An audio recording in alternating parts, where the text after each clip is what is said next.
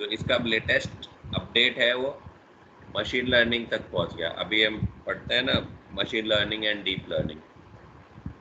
So when it was started in 1943, तो 1943 में जब स्टार्ट हुआ था, then this concept was started by Warren McCulloch. ये एक मैथमेटिशियन थे, और वॉल्टर पिट्स। इन्होंने एक सिंपल न्यूरल नेटवर्क बनाया था यूजिंग इलेक्ट्रिकल सर्किट, और ये एक एक्सप्लेनेशन किया था, उन्होंने ये चीज़ एक्सप्लेन की थी कि how neurons in brain might work. Actually तो नहीं अंदाजा है, पर जो है ना इन्होंने, अब ये देखो ये बायोलॉजी का वर्क है, और ये किसने एक्सप्लेन किया? मैथमेटिशियन ने इन 1943। देन इन 1949 ये हैब्स, डोनाल्ड हैब्स, इन्होंने एक ऑर्गेनाइजेशन ऑफ, ये इनकी बुक थी द ऑर्गेनाइजेशन ऑफ बिहेवियर। इन्होंने वो ये जो activation of neuron and increase its strength, जो आपने जो है ना लास्ट क्लास में पढ़ा था कि न्यूरॉन्स किस तरीके से एक्टिवेट होते हैं, और एक्टिवेट होने के बाद किस तरीके से उनका एक्टिव पोटेंशियल और जो है ना जो रेस्ट पोटेंशियल, उन दोनों पर काम कर रहे होता है, एक्टिव पोटेंशियल और रेस्ट पोटेंशियल। तो ये इसके बारे में 1949 में डिस्कशन हुआ। देन फिर टेलर ने 1956 में एक एसोसिएटिव मेमोरी नेटवर्क। तो ये बेसिकली हिस्ट्री है, इससे आपको बहुत ज़्यादा लेना देना नहीं है। ये हिस्ट्री शो करने का पर्पस जो मेरा है अभी, वो ये है कि आपको ये एक आइडिया हो कि ये जो ANN है, ANN आज नहीं काम कर रहा। It started in 1943 and later on after the 1943 इसमें हर कुछ ड्यूरेशन के बाद कुछ न कुछ एड ऑन होता गया, और वो एड ऑन के साथ अभी 1988 तक आप देखेंगे कि in 1982 the major development was Hopfield synergy approach. उससे पहले एक associative memory approach, then multilayer perceptron approach, then जो है ना इसके बाद यहाँ पर आप 1986 में देखेंगे तो रोमेल हर्ट और हिंटन एंड विलियम्स ने एक जनरलाइज्ड डेल्टा रूल। तो ये हर जो है ना जैसे जैसे ईयर्स इंक्रीज होते गए, न्यूरल नेटवर्क के पाथ में या ANN के जर्नी में कुछ न कुछ माइलस्टोन्स ऐड होते गए। तो उन माइलस्टोन्स को ऐड करते करते कुछ न कुछ डेवलपमेंट होते होते आज न्यूरल नेटवर्क जो है ना मशीन लर्निंग या फिर जो है ना डीप लर्निंग के लेवल तक पहुंचा है। तो फिर 1986, then 1992, then 1997, then 1998। तो ये हर ईयर में, ये आपको बहुत ज़्यादा इनको पढ़ने की ज़रूरत नहीं है, बट हाँ एक इंट्रोडक्शन के पर्पस से मैंने दिया हुआ है कि it started in 1943 and in 2020 अभी हम मशीन लर्निंग और डीप लर्निंग तक पहुँचे हैं। तो हर साल इसमें क्या क्या डेवलपमेंट हो सकता है, तो डेवलपमेंट हुआ है। ये एक मेन चीज़ है कि जब हम बायोलॉजिकल न्यूरॉन की बात करते हैं और आर्टिफिशियल न्यूरॉन की बात करेंगे, तो इनमें क्या क्या, अगर हम जो है ना उसके बिहेवियर को एक्चुअल न्यूरॉन के बिहेवियर को सिमुलेट करेंगे, या हम एक आर्टिफिशियल न्यूरॉन बना रहे हैं, तो सारे के सारे फंक्शंस जो या जो है ना एलिमेंट्स जो बायोलॉजिकल न्यूरॉन में है, वो सारे के सारे एलिमेंट्स आपके आर्टिफिशियल न्यूरॉन में भी होने चाहिए। तो इनमें अगर हम देखें जो है ना जो बायोलॉजिकल न्यूरॉन होता है उसमें क्या क्या मेन चीज थी? Soma, dendrite, synapse and axon. अगर इनका हम कंपैरिजन करें आर्टिफिशियल न्यूरॉन से, तो आर्टिफिशियल न्यूरॉन में सोमा की जगह नोड होगा। सोमा यानी सोमा को और क्या नाम देते थे हम न्यूरॉन में?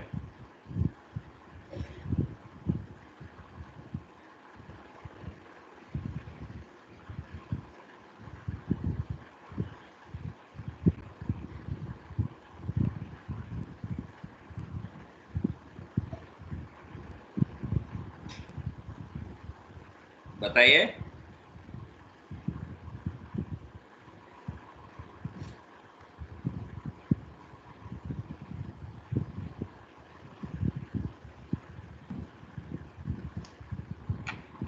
Cell body. क्या? Cell body. और यहाँ पर हमने दूसरा जो है ना, इसमें आर्टिफिशियल न्यूरल नेटवर्क में हमने कर दिया नोड। Then dendrite. डेंड्राइट का क्या काम होता था इसमें?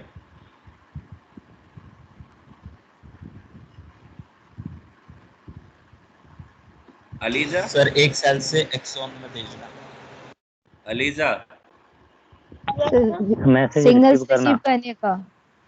डेंड्राइट का क्या फंक्शन होता था? सर मैसेज को रिसीव करता था। अच्छा। एक सेल से और दूसरी सेल। इसके बाद है एक्सॉन। गौतम सिंह।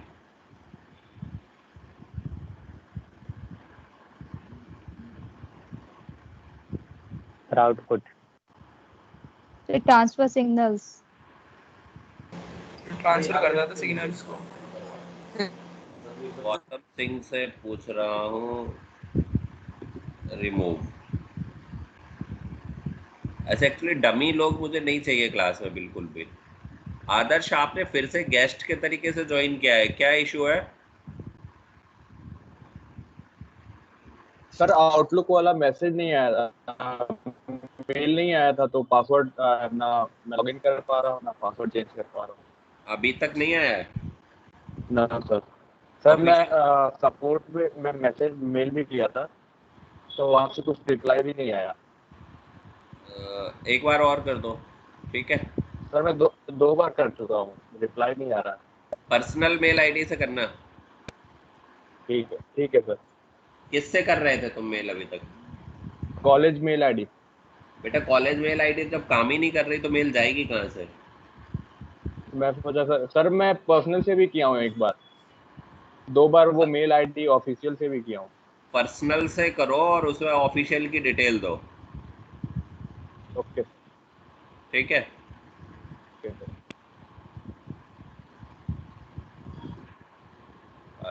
तो जो कंपैरिजन कर रहे थे हम, कंपैरिजन था बायोलॉजिकल न्यूरॉन और आर्टिफिशियल न्यूरल में। तो जो सोमा की जगह आर्टिफिशियल न्यूरल नेटवर्क में नोड होगा। डेंड्राइट जो है ना, यहाँ पर डेंड्राइट का काम होता था इनपुट टर्मिनल, तो यहाँ पर इनपुट होगा। सिनेप्स की जगह यहाँ पर वेट और इंटरकनेक्शंस होंगे, एंड एक्सॉन की जगह होगा यहाँ पर आउटपुट। अब ये देखिए कि अगर कंपैरिजन करें कुछ पॉइंट के बेसिस पर, उन पॉइंट में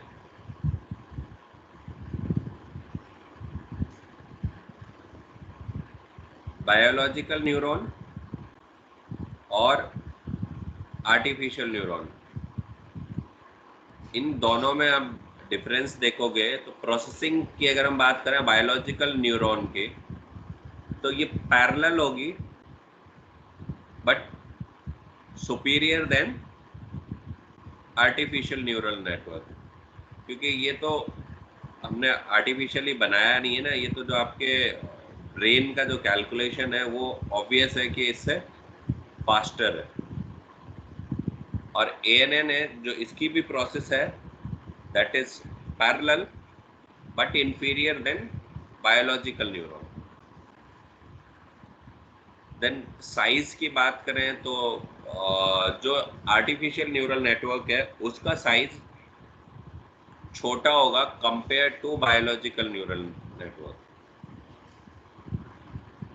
बट लर्निंग के हिसाब से बात करें तो जो बायोलॉजिकल न्यूरल नेटवर्क है उससे ज़्यादा प्रिसाइज होगा आपका आर्टिफिशियल न्यूरल नेटवर्क, क्योंकि इसमें आप अपने अकॉर्डिंग चेंज कर सकते हो, आपको जो भी चेंज करना है वो आप चेंज कर पाओगे। स्टोरेज कैपेसिटी की बात करेंगे तो जो स्टोरेज है, जो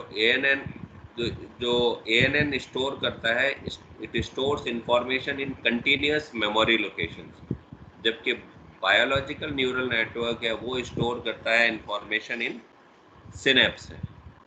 तो ये कंपैरिजन है ANN एंड BNN। ये कंपैरिजन आपसे पूछा जा सकता है जो है ना कभी भी एग्जाम में भी या आपके ST में भी या वैसे भी आपको पता होना चाहिए, क्योंकि ANN और ANN की बात कर रहे हैं तो ANN के लिए बेसिक प्रिंसिपल आपने कॉपी किया है BNN का, तो दोनों में क्या सिमिलरिटी है या क्या और दोनों में क्या डिफरेंस है ये आपको पता होना चाहिए, तभी आप आगे ANN की स्टडी कर पाओगे। ठीक है, ये फिर से मैं दोबारा से यहाँ बता रहा हूँ आपको कि स्ट्रक्चर ऑफ न्यूरॉन क्या थे, कि डेंड्राइट, न्यूक्लियस, सिनेप्स, एक्सॉन। इनके फंक्शंस दोबारा से बताने की जरूरत है नहीं। डेंड्राइट इनपुट टर्मिनल है, एक्सॉन आपका आउटपुट टर्मिनल है, न्यूक्लियस इस न्यूरॉन को अलाइव रखता है, सिनेप्स वो एरिया है जहाँ पे एक का एक्सॉन, एक न्यूरॉन का एक्सॉन और दूसरे के डेंड्राइट से कनेक्ट होके न्यूरोट्रांसमीटर के थ्रू एक दूसरे से कम्युनिकेट करते हैं। ये इनके फंक्शंस है। सॉरी, इन्हीं फंक्शंस को के बेसिस पर अगर हम आर्टिफिशियल न्यूरल नेटवर्क की स्ट्रक्चर की बात करें तो, और आर्टिफिशियल न्यूरॉन को हम एक तरीके से और बोलते हैं परसेप्ट्रॉन।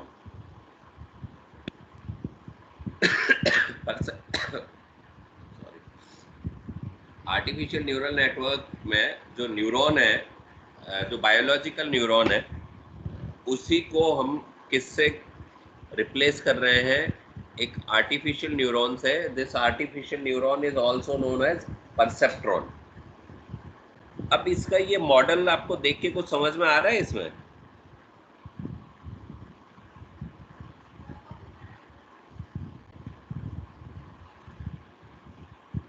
ये जो यहाँ पर आपके स्क्रीन पे जो एक फिगर बना हुआ है, इसको देख के कोई चीज समझ में आ रही है?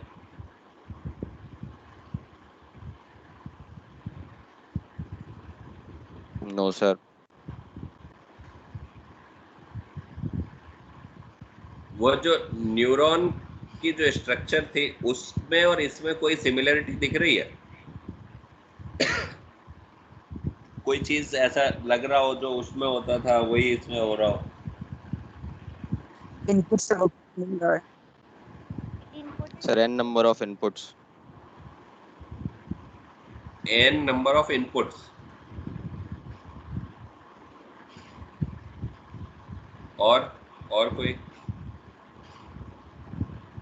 और एक ही आउटपुट।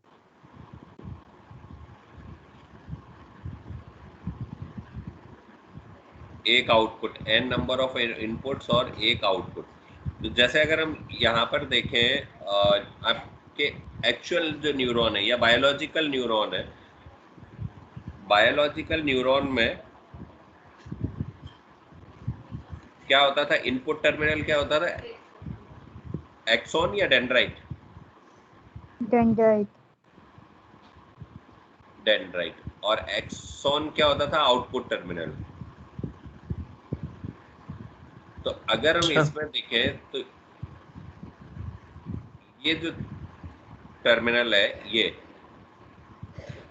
जिसको हम A0, A1, A2 या अप टू AN, ये सब किसके इक्विवेलेंट है?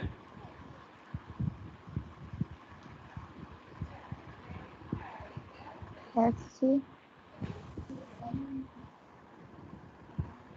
किसके? न्यूरॉन XJ के। इनपुट।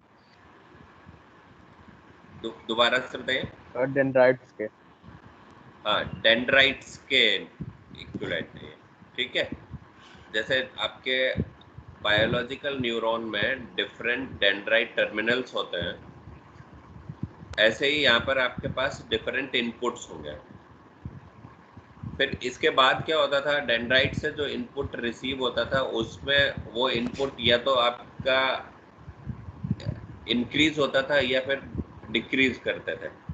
जो एक्साइटरी और इनहिबिटरी प्रोसेस बताई थी,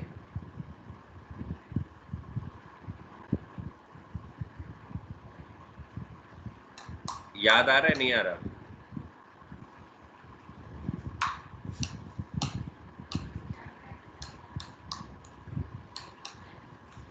बेटा प्रॉपरली कनेक्टेड होना पड़ेगा। हर एक क्लास का कुछ न कुछ मटेरियल आपका प्रीवियस क्लास का इससे रिलेट करेगा।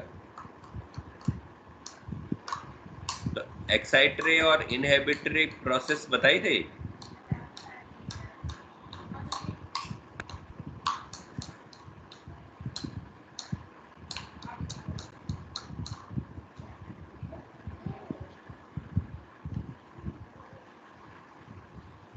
नहीं याद आ रहा?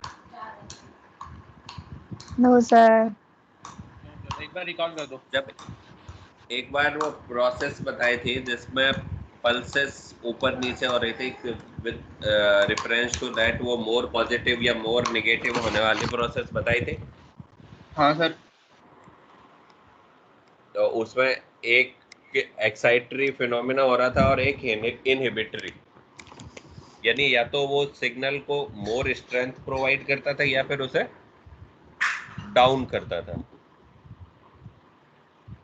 वो प्रोसेस याद आ गई?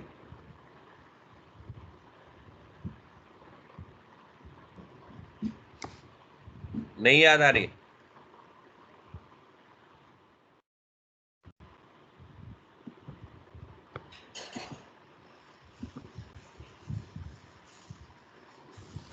बेटा आप, इसका मतलब ये है ना कि आप नोट नहीं कर रहे हो, बस ऐसे ही सुनते रहते हो। मुजमिल,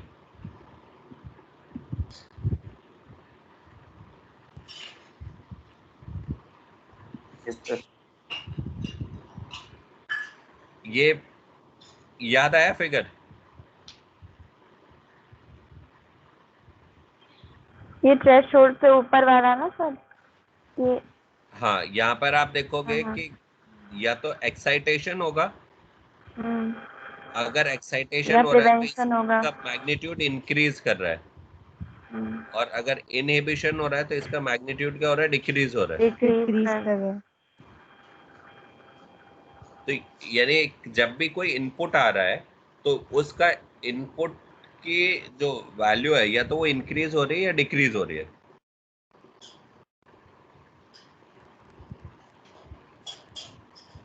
अब याद आ गया, समझ में आ गया? Yes sir. Yes sir. Yes, sir. इसी के अकॉर्डिंग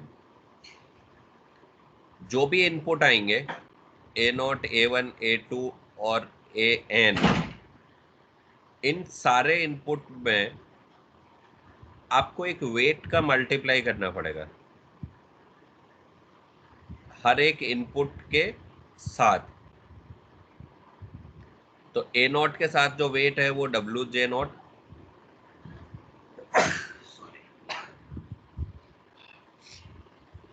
A1 के साथ है वो WJ1, एंड सिमिलरली AN के साथ WJN। यहाँ तक क्लियर हुआ कि ये वेट का मल्टीप्लाई किस लिए कर रहे हैं हम इसमें?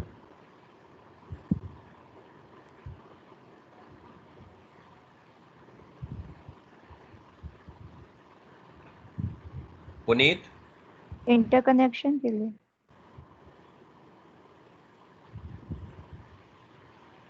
Yes sir. किस लिए कर रहे हैं ये वेट का मल्टीप्लाई?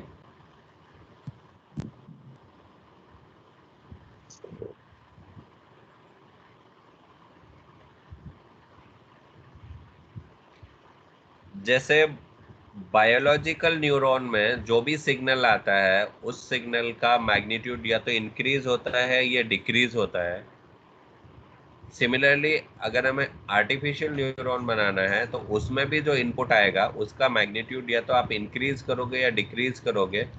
उसी इंक्रीज या डिक्रीज करने की जो कॉन्सेप्ट है या एक्साइटरी और इनहिबिटरी जो प्रोसेस है उसको रिप्रेजेंट करने के लिए हर एक इनपुट के साथ एक वेट का मल्टीप्लिकेशन किया जा रहा है।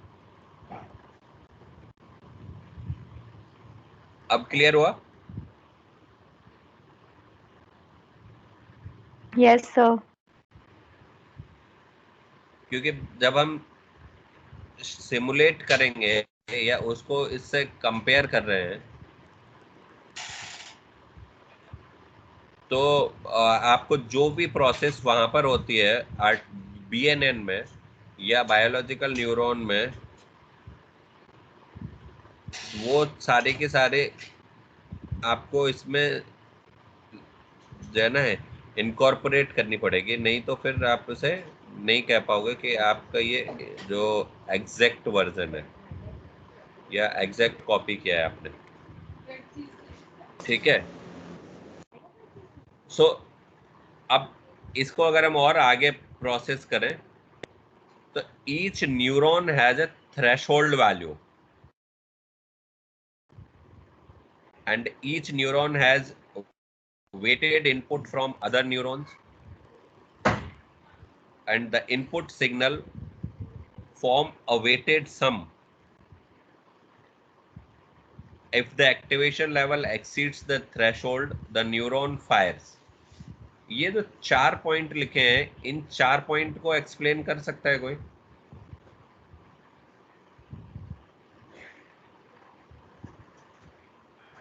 जब न्यूरॉन की थ्रेशोल्ड वैल्यू होगी तो उसके ऊपर ही वो पोटेंशियल से ज्यादा होगा, एक्साइटरी या इनहिबिटरी, जिस तरीके से बायोलॉजिकल वाला न्यूरॉन था। तो हाँ, और फिर और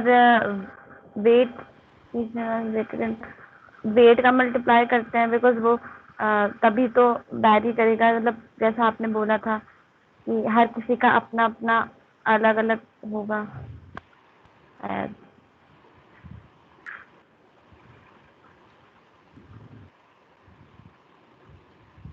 हाँ, आप कुछ कुछ बोल तो सही रहे हो।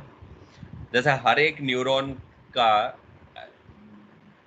हमने अभी जो ग्राफ शो किया था ना एक्साइटरी या इनहिबिटरी प्रोसेस वाला, हाँ हाँ उसमें एक थ्रेशोल्ड वैल्यू आई थी, थ्रेशोल्ड हाँ सर, एक्सप्लेन किया था। हाँ हाँ So each neuron is having a threshold value, yes sir, और जब भी किसी न्यूरॉन में अलग न्यूरॉन्स के साथ इनपुट हो रहे हैं हाँ अदर न्यूरॉन से कनेक्शन के साथ,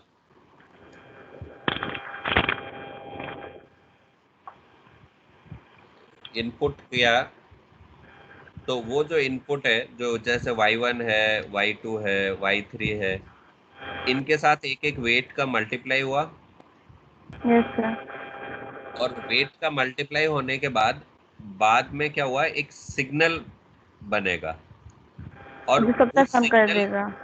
हाँ, उसकी वैल्यू सबका अगर सम इस होगी। थ्रेशोल्ड से कम है तो ये क्या करेगा, इस सिग्नल को फॉरवर्ड नहीं करेगा, और अगर उसकी वैल्यू इस थ्रेशोल्ड से ऊपर है तो ये दूसरे न्यूरॉन्स के साथ कम्युनिकेट करना स्टार्ट कर देगा।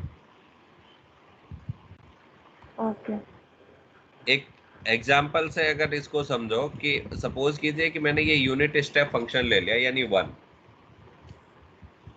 और y1 और इनके जो वेट है इन सबका जो सम है वो 1 से कम आ रहा है, तो ये न्यूरॉन दूसरे न्यूरॉन के साथ कम्युनिकेट नहीं करेगा। और अगर इसका सम 1 से ज्यादा आ रहा है तो यानी तो ये थ्रेशोल्ड से अबव है और ये दूसरे के साथ कम्युनिकेट करना स्टार्ट कर देगा। क्लियर हुआ ये पॉइंट? यस सर, के लिए एक और एग्जांपल देखिए कि जैसे x1, x2, x3 और अप टू xm, ये इनपुट्स हैं। W1 से लेके WM तक इनके वेट्स हो गए। इन सारे का क्या क्या सम किया। ये सम कैसा होगा, इसको अगर हम बोलेंगे ना अलजेब्रिक सम, क्योंकि अगर न्यूरॉन के अंदर की बात करोगे ना तो चाहे एक्साइटरी फिनोमेना हो या इनहिबिटरी, तो वो उन सबका सम होने के बाद अगर जो न्यूरॉन है वो रेस्टिंग पोटेंशियल से किस में चला जाता है, एक्साइटेशन कंडीशन में, एक्साइटिंग पोटेंशियल पे, तब वो कम्युनिकेट करना स्टार्ट करता है। तो जब तक इनकी वैल्यू ये सबका जो सम हो के इसके थ्रेशोल्ड से अबव नहीं जाएगी, तब तक वो न्यूरॉन जो है वो कहाँ रहेगा, रेस्टिंग पोटेंशियल पर। जब इनका सम थ्रेशोल्ड से अबव चला जाएगा तब हम कहेंगे कि वो किस में आएगा, एक्साइटिंग पोटेंशियल पर। ओके तो सर। ये वाई इन हो गया। अब ये जो एक्टिवेशन फंक्शन है, यहाँ पर क्या है, ये एक्टिवेशन फंक्शन क्योंकि ये आर्टिफिशियल न्यूरॉन है तो एक्टिवेशन फंक्शन हम अपने अकॉर्डिंग बना सकते हैं। अभी नेक्स्ट क्लास में हम ये डिस्कस करेंगे ना कि कौन कौन से एक्टिवेशन फंक्शन हैं जिनको हम यहाँ पर दे सकते हैं। अब एक्टिवेशन फंक्शन हमारी चॉइस है, हम इसे यूनिट स्टेप फंक्शन देते हैं, हम उसको कोई और फंक्शन देते हैं, हम मैग्नीट्यूड 1 रख के हम उसे 0.5 कर दें। कहते 0.5 से अगर ज़्यादा होगा तो ये कम्युनिकेट करना स्टार्ट कर दे, अगर 0.5 से कम होगा तो कम्युनिकेशन नहीं स्टार्ट होगा। Because this is our choice, हम बना रहे हैं इसको, एक्टिवेशन फंक्शन हम अपने अकॉर्डिंग डिसाइड कर सकते हैं। और जनरली कौन कौन से एक्टिवेशन फंक्शन यूज करते हैं वो हम नेक्स्ट क्लास में डिस्कस करेंगे, ठीक है। इसका जो फॉर्मेट निकल के आएगा, जो अभी जो हमने डिस्कशन किया है, इसमें y in आपका इनपुट है, x1, ये y in जो है ना ये कंप्लीट इनपुट है, तो x1 into W1 plus x2 into W2 and so on. तो जो नेट इनपुट हुआ वो क्या हो जाएगा, y in is equal to summation of this i जो है ना 1 to m xi wi। ये क्या हुआ जो है ना, सबको आपने अल्जेब्रिकली ऐड कर दिया। अब अगर किसी का वेट पॉजिटिव होगा तो वो इंक्रीज करेगा उसे, और इसका जो है ना अगर नेगेटिव होगा तो उसे डिक्रीज करेगा। और जब ये कंबाइंड हो जाएंगे तब ये डिसाइड करेगा कि ये एक्टिवेशन रेस्टिंग पोटेंशियल में रहेगा या फिर जो है ना एक्साइटिंग पोटेंशियल में। देन आउटपुट जो होगा, आउटपुट जाएगा फंक्शन नेट इनपुट कैलकुलेटेड। और नेट इनपुट कौन सा है जो आपने अभी यहाँ पर हमने कैलकुलेट किया, y in is equal to so and so. अगर हम इस पूरे में देखें कि प्रोसेसिंग ऑफ ANN किस किस चीज पर डिपेंड करेगी, सबसे पहले नीचे खड़े हैं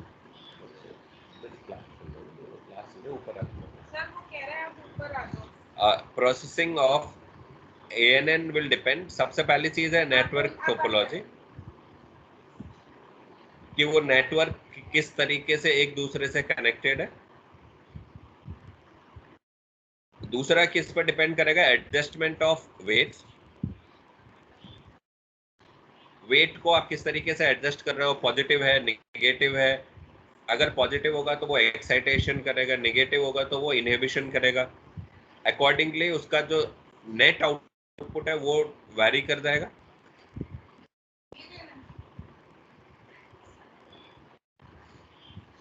और जो उसके बाद है एक्टिवेशन फंक्शन। एक्टिवेशन फंक्शन वो एक्टिवेशन फंक्शन आप स्टेप इनपुट ले रहे हो या कोई और इनपुट ले रहे हो, उस पर डिपेंड करेगा कि आपका आउटपुट किस तरीके से आ रहा है। तो जो कंप्लीट आउटपुट है ANN का, वो इन 3 पॉइंट्स पर डिपेंड करेगा: टोपोलॉजी, एडजस्टमेंट ऑफ वेट और टाइप्स ऑफ एक्टिवेशन फंक्शन, कि आप किस टाइप के एक्टिवेशन फंक्शन यूज कर रहे हैं। क्लियर है?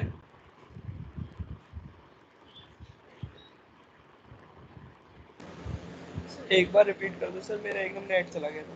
मतलब चकला बेलन पर बनाएंगे ऊपर की जो प्रोसेसिंग है या इस आउट, यहां से देखो कि जो आउटपुट है, ये आउटपुट किस पर डिपेंड करेगा? इनके इनपुट पर, इस वेट पर, यस सर।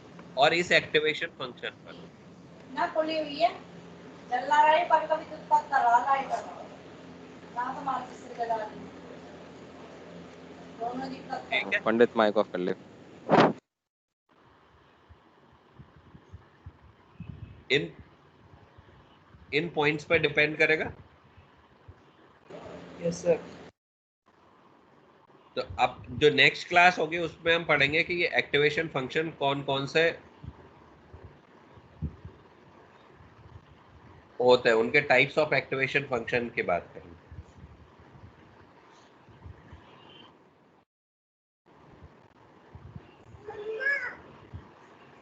ठीक है, ये हमने जहाँ से इस मैटर को लिया उसका रेफरेंस की वेबसाइट है, आपको अगर और पढ़ना है तो आप यहाँ से पढ़ सकते हो। वैसे तो है ना, ये इनका जो कंटेंट है, इसकी रिकॉर्डिंग वगैरह मैं विज्ञान में आपको अवेलेबल करा दूंगा।